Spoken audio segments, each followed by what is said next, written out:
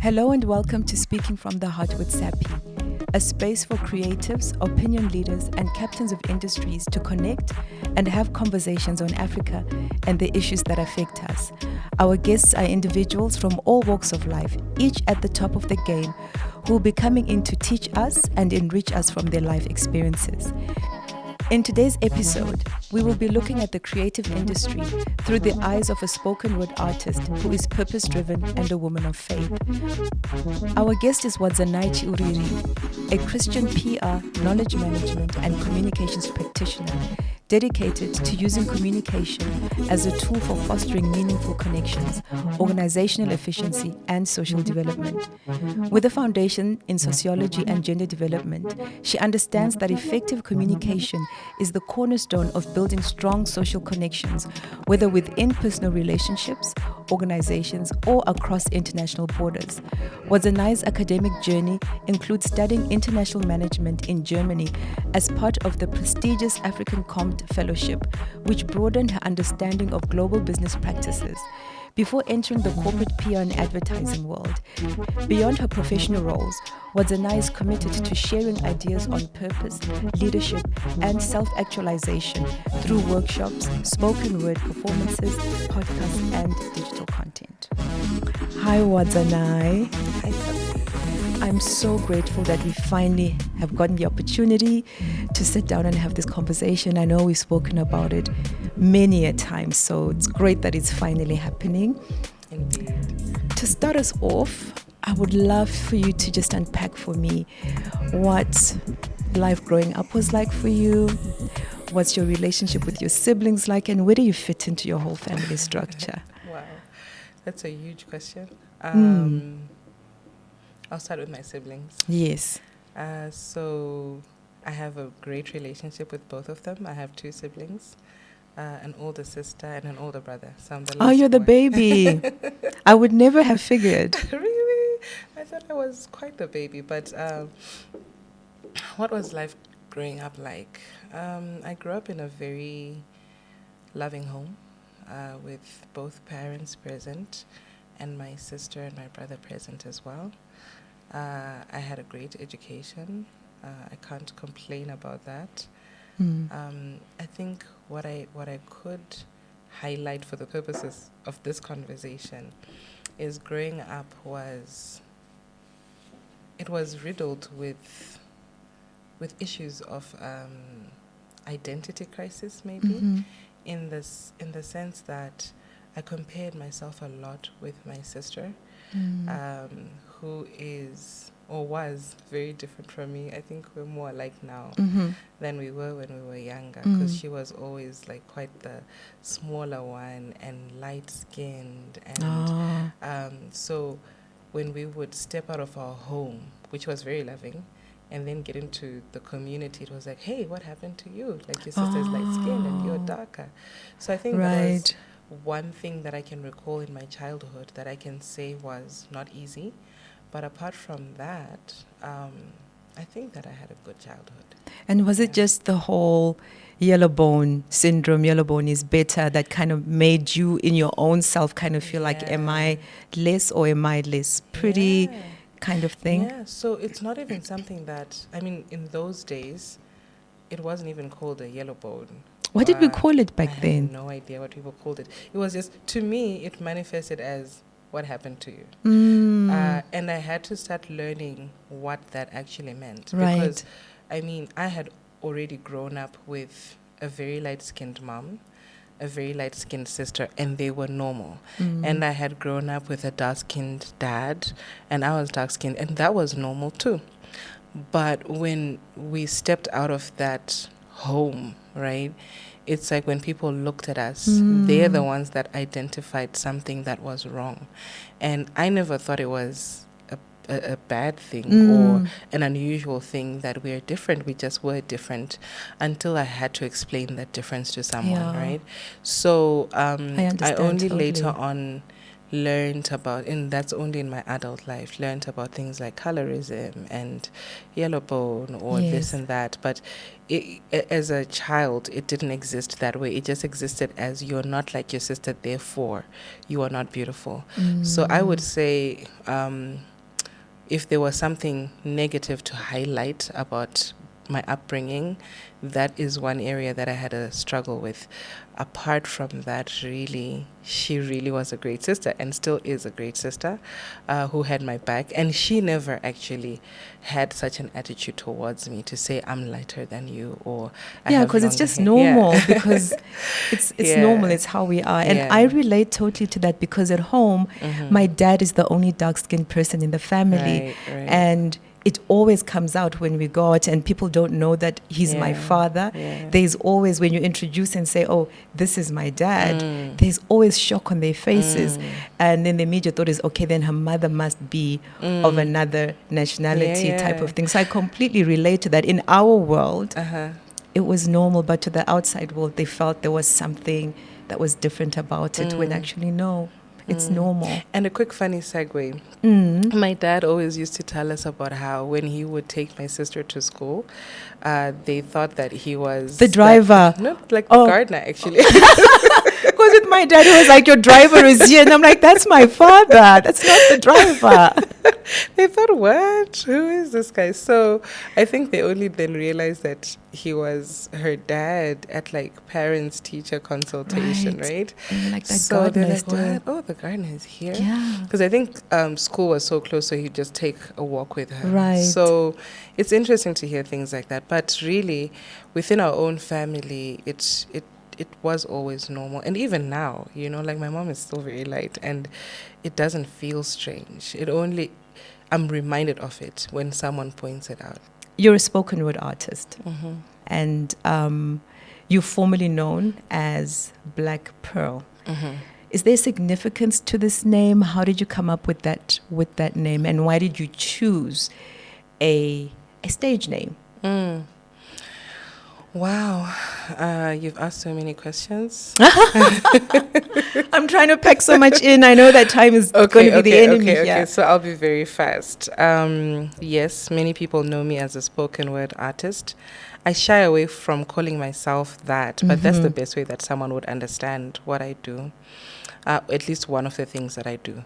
And the name, I'll quickly comment on that before we come back to talking about spoken word. Yes. The name Black Pearl really came in a season of my life when it was a cool thing to have a stage name, so you're doing this arts thing. And when people put your name on a poster, you should stand out, build a brand around yourself.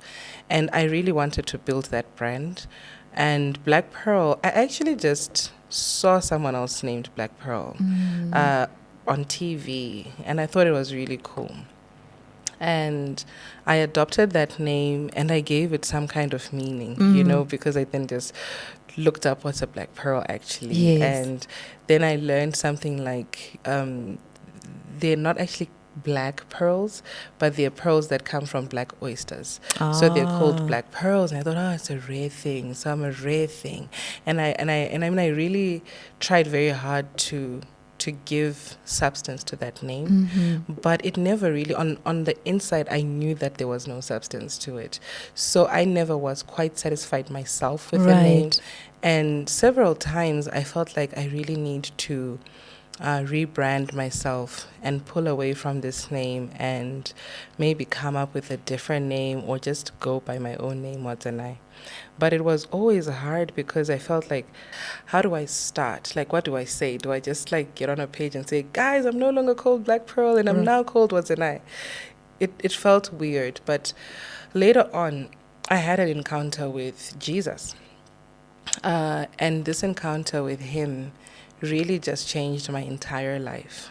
And really the substance of who Black Pearl was died completely. And it just became easier. And in fact, it was so necessary for me to just really rename that person and make it clear that that person that you knew as Black Pearl is dead, and the person who now lives really has a different name, and that's how that name went away. Okay. But so interesting, though, in terms of you felt it was cool. I know, for instance, Hollywood, a lot of actors actually go by names that are not their Christian names. Like Keith Urban is not Keith Urban's name. John Legend is not John Legend's name. I had no idea. Yeah. I watch a lot of music reality shows, and that's when I discovered, because they were having a conversation behind the scene. I was like, so John Legend is not your name, because it seems like because you are a brand. I mean, whether you are just a professional, whether you're on camera, on set, or wherever you are actually, a brand. And sometimes people feel that having a specific name kind of aids them. So I really do want to unpack how you went from Black Pearl to just using Wadzanai as the name that you use in your creative space. It's a bit of a journey, but I wondered, before we get to that, maybe you can tell me, like you said, you feel like spoken word kind of boxes you. So I'd love to know what other creative expressions are you involved in, and how do you want to be seen, because you are a creative artist, and I know now you're quite specific about, I am a Christian creative. So perhaps we can start with the other creative expressions that you have, and how you would like to be seen. Why does spoken word specifically box you in? Okay. So I don't think it necessarily boxes me in. I think the word artist is necessarily the one that I feel like I'm dropping away a little bit, because it's such a natural thing, right? I think art in itself, to some degree, some people kind of think they can learn to be an artist, or they can say, hey, now I've started to do this art thing, right? But for me, I just am. I am who I am. I write something. I didn't think, hey, I'm writing this because I'm a poet. I didn't think I'm writing this because I am XYZ. I just wrote something. And it was just good. And then I presented it, and then someone said, hey, look, there is an artist. Right. So I try not to do that now, especially because as I read the word, for example, the Bible, and I could write a prayer to God, and this prayer, when I read it, sounds like a poem, and someone will say that's an artist. But if I align myself too much with that identity, I could end up writing poems for performance rather than prayers to God that can be a poem. So just for my own navigation and my own identity and my own grounding as well, I think with the word artist also comes this hype around it, where people mix it up with celebrity, culture, mix it up with, desiring attention. So I do not desire the attention of people. It comes along with the territory of what I do. And there's a thin line between then craving that validation of, do you see me, I'm an artist, and only simply coming out with what God has given me and presenting it to you. So I hope that makes sense. It does. Some degree. It does. Yeah. It's from within. Yeah, exactly. You don't kind of see yourself. It's speaking from the heart. Yes, there you go. Absolutely. And the other art forms, or the other creative expressions that I have in my life, I think I would just really call myself a storyteller. And to be very specific, actually, I love telling other people's stories as well. And many times that I tell other people's stories, they don't even know that I have told the person's story. I love telling brands' stories.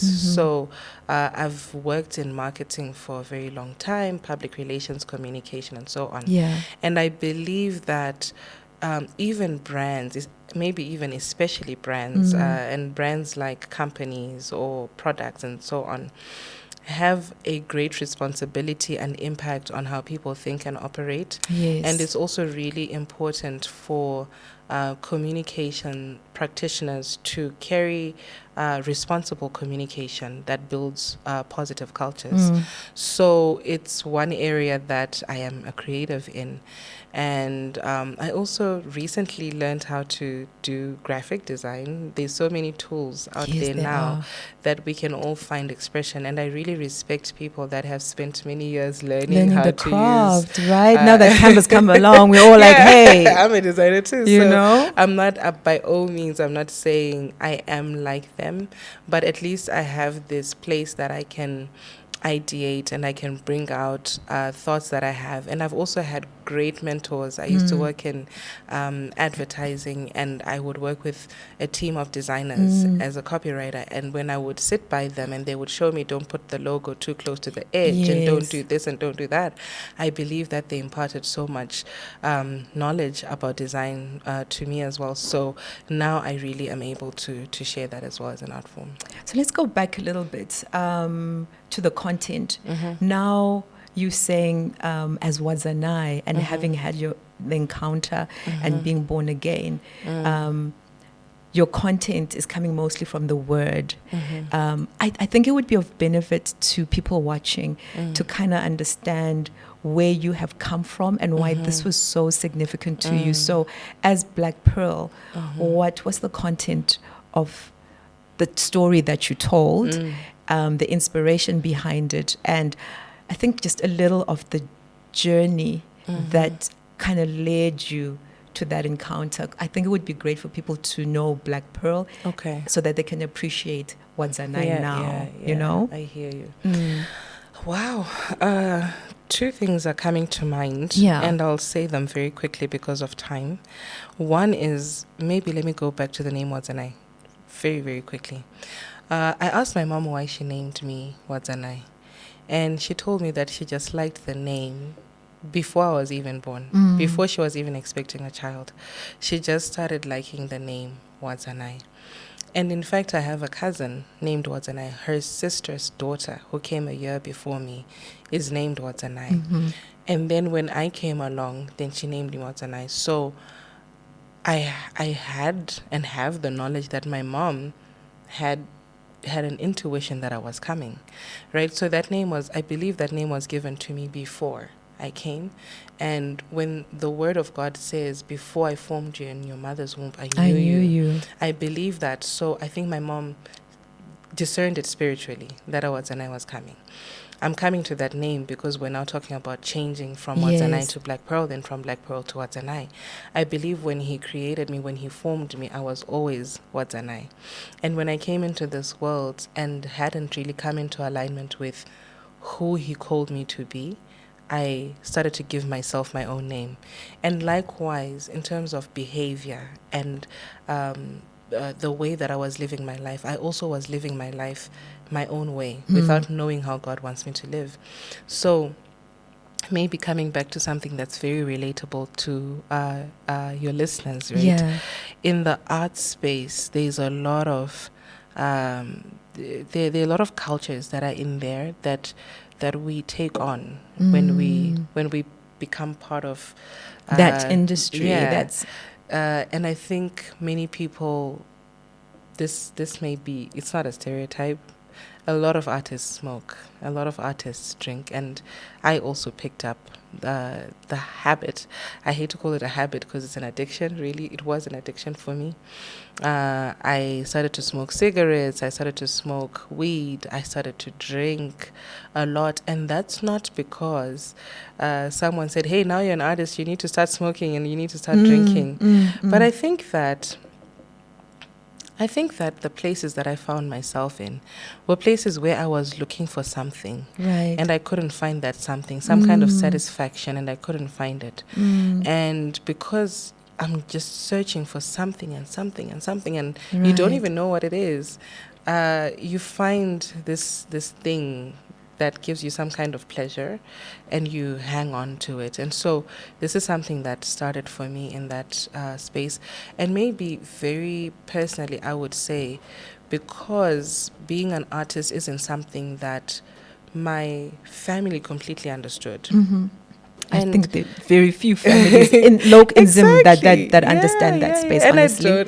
absolutely don't hold it against them. Like when I look at it, I think, hey, if I hadn't gone through this myself, I would not understand if my child came up to me and said, hey, I want to pursue this this path. I wouldn't know what to do with that. But now I do, because I've gone through that. So, and my parents had a completely different upbringing. So someone wakes up and suddenly they can put a few words together and they want to go on a stage. You know, you don't know what to say to them. You don't know how to deal with that.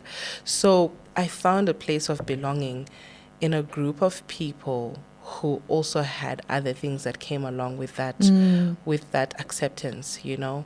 They were people who mostly smoked, who mostly drank, who mostly dealt with issues that came into their life that way. And I also picked up that way of doing things. So I quickly found myself living a double standard life, where, you know, on Sundays, I was this great example Christian. So a lot of people are confused when I say I became a Christian 4 years ago, 5 years ago. They're like, but I've known you as a Christian your whole life. What do you mean?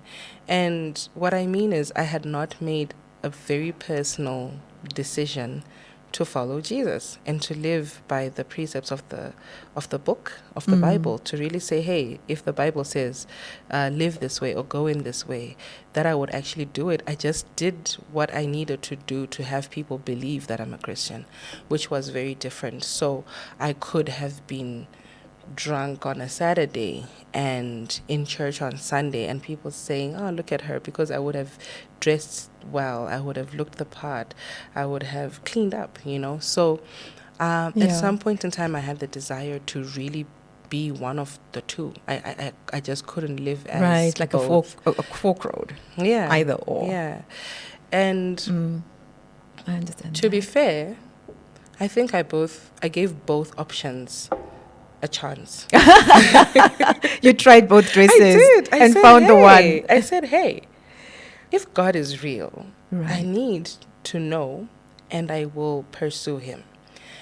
But if he is not, I need to know, and then I'm going to really come out and say, hey, this is who I am. I drink, I smoke, I party hard, and this is my life, and deal with it, because I have a choice, right? So I came to that place and I tried both. And really God knows your heart when you're really sincerely looking for him, and he and now that I know better, it's him that was looking for me, you know, or that was calling me out. He pursued you. Yeah. And so, and then I had my encounter with Christ. I was living in Germany at the time. And from that moment, life as I know it just changed completely. I wasn't even thinking about poetry. I was just thinking like, oh my God, I was looking at everything differently. Like I had to start learning from scratch. What is life? What is love? What are people? What is nature? Like, and learn everything from scratch. And when that happened for me, everything changed. What I talk about, what I write, when I started to understand the power of my words, the impact that they have on people, on the world. Just your life. I then realized that, I mean, I can't even perform many of the poems that I used to say before, because they had a real impact. I declared things over my own life that I should not have, you know. And so how I write now is different, and it aligns. It might not be completely biblical in the sense that it's not word for word from the Bible, but it's an idea that God has spoken. So I align what I say with what he says. If he is saying to someone, come to me, then I will write a poem that says the same. It might be in different words that he gives me. Yeah. So now where do you perform? So I know we've had conversations where you, before, and I hope my recollection is correct, just in terms of always looking for gigs. They're called gigs, right? Looking for gigs, etc.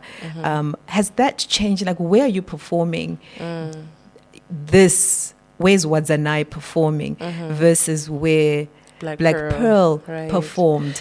And my question is like in two parts. So there's that part, if you hold that part, and then I'd also maybe answer that part, then I'll ask you what I want to ask you. Where are you performing? Where's Wadzanai performing? Good. So I love the distinction of Black Pearl and Wadzanai because it makes answering this easier. Black Pearl is a girl who was trying to build a brand for herself. Yeah. She was trying to build a following for herself. So she had to look for places and align with people because she wanted attention and validation and so on. Wadzanai is a girl who is pursuing God, who is in relationship with God, Right. who is directed by God. So God says, hey, Sapi says, hey, Wadzi, I want to have a conversation with you. Yes. Wadzi says, God, Sapi wants to have a conversation with me. God Right. says, go. Okay. Right? Yeah. And then the next day, someone else comes and says, we would like you to come and perform at this place. God, I want to go and perform at this place. They're calling me and they want me to do this. God says, don't go. I don't go. And how does he speak? He speaks through his word. There are things that he'll tell you to align with, and things that he'll tell you not to align with. And so maybe in a more plain way, I do get calls. There are people that still know that I'm a spoken, or I have been a spoken word artist. Yeah, you've got a reputation. Right? So my name will come up in some rooms, and I do get invitations to speak at women's forums, particularly. I think many women call me to women's forums, though I've never intentionally sought out that particular audience. I think maybe it's a calling that I have in that space. And at church, I definitely minister in the church. And I also just record poems and just send them out to people just for inspiration, encouragement.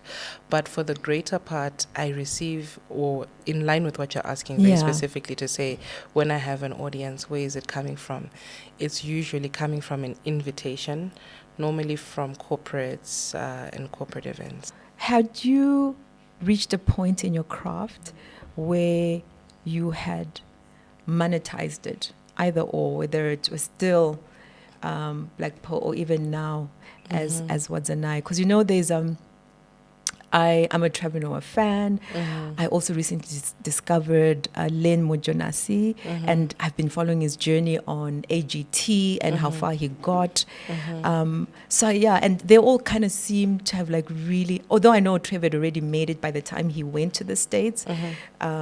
So yeah, from your perspective, had you monetized your craft, or are you monetizing it?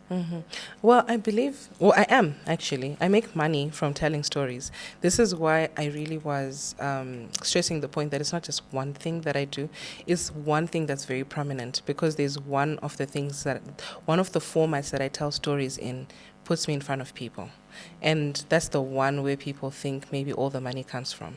But does the money come from that one though? It does come. It does, okay. Yeah, money comes. When I'm on stage, I get money. Okay. When I am writing stories for a corporate, I get money. When I am writing stories for small businesses, I get money. When writing... I should be doing you. I get paid to tell stories. It's a God-given profession, God has given you a gift that you can use to make money, right? He says that. It's not like... I can just...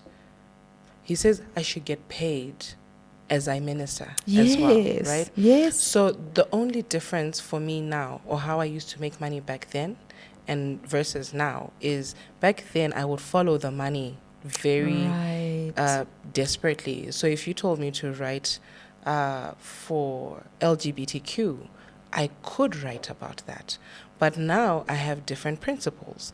And so if the money is over there, I can say no to the money because it goes against what I fundamentally believe in. And do I still get paid for it now? Yes. I still get invited. I still have an hourly rate. And I still carry myself very professionally. I send out an invoice. I send out a quotation. I have books for that. Good. So, and I encourage any other person in the arts to actually...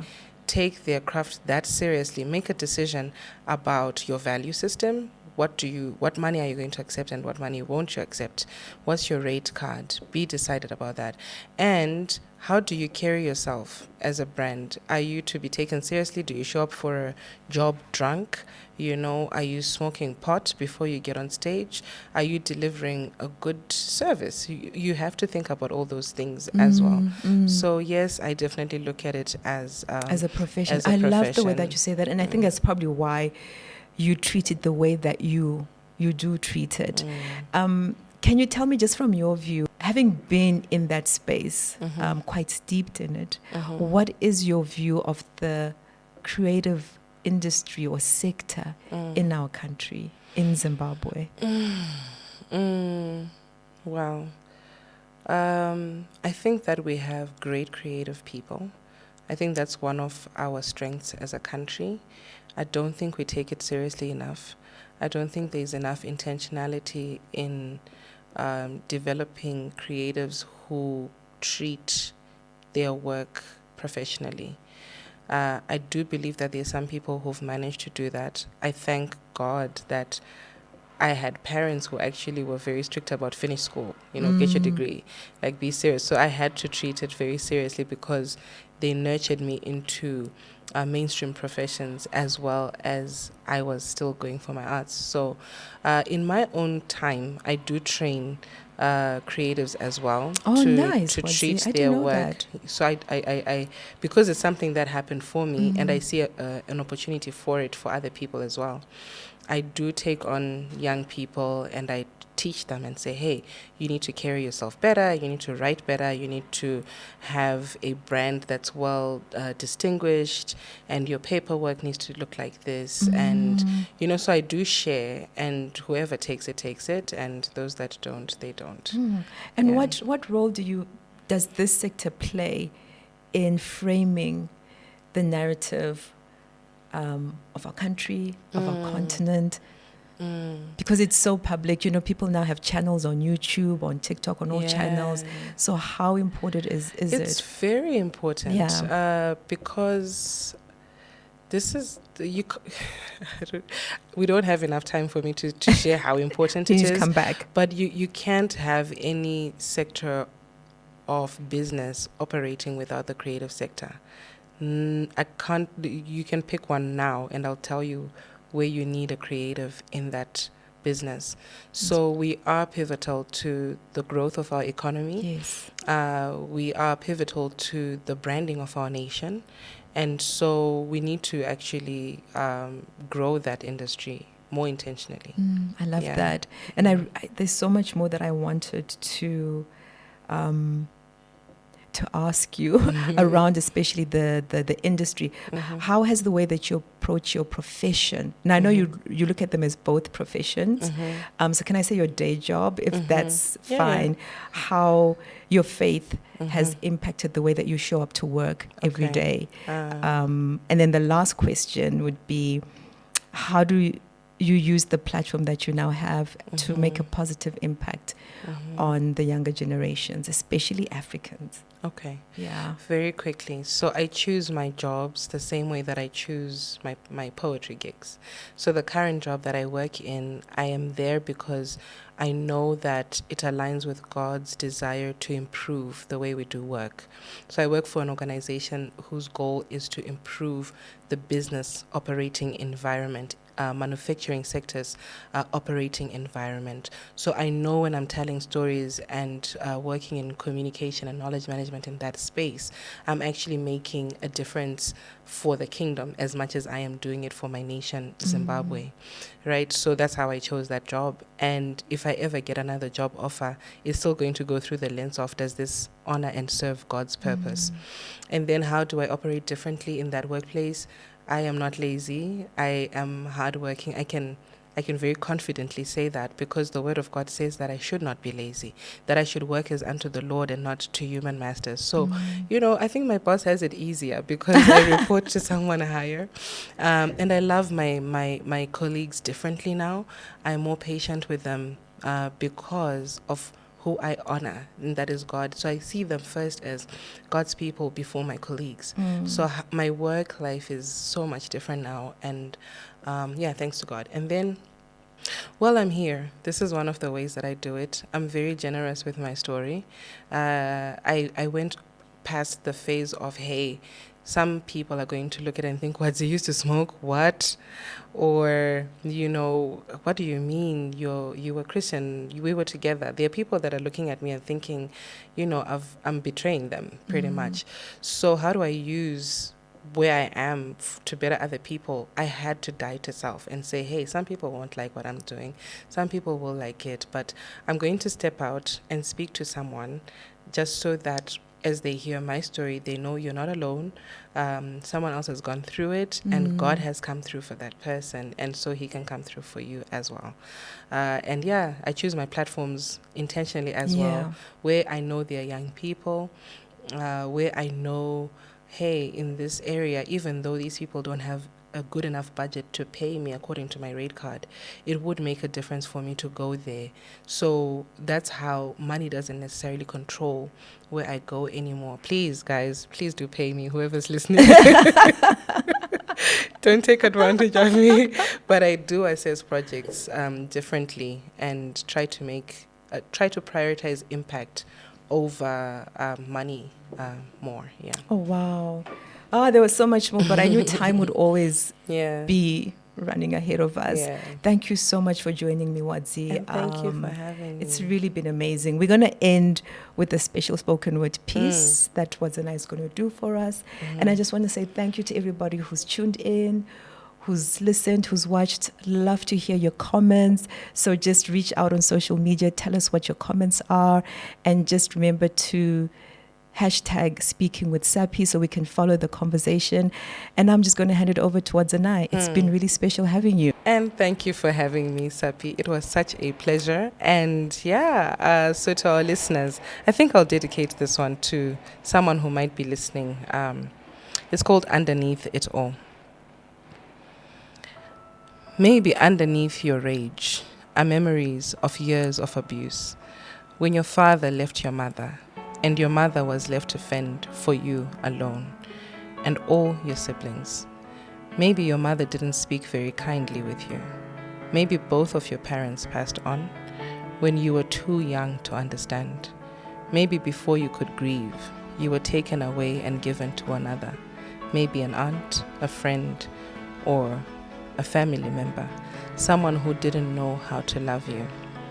Maybe you were never taught how to love and show compassion. Maybe you never learned how to express your emotions. You've bottled up so much over the years, and your wife was the place where you could eventually speak.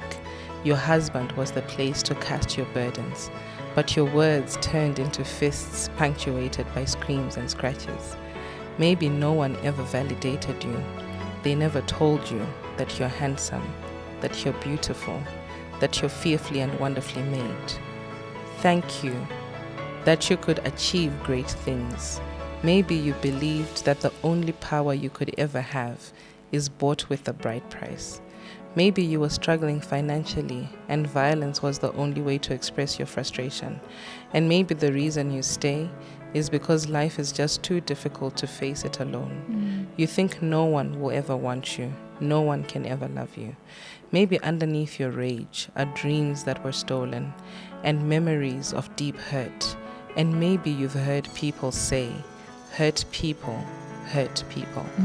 But it doesn't make it okay, because hurt people can get help and stop the cycle.